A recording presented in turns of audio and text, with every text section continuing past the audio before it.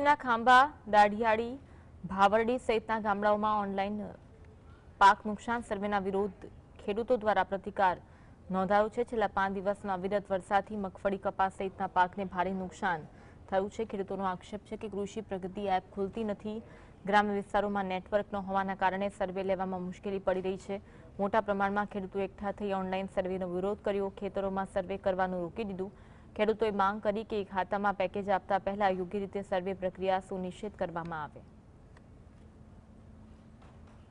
નથી કારણ કે માંડવી પલ્લી ગઈ છે, ચારોલું પલ્લી ગયું છે, કપાસ તમામ પાક 100% ફેલ થઈ ગયો છે। તો હાલમાં સર્વે કરવામાં વાવાઝોડામાં તોકતેમાં અહીંથી ગામડેથી સર્વે ગયો તો ખાંભા અમરેલી સુધી અડધાને પૈસા મળ્યા, અડધાને ન મળ્યા।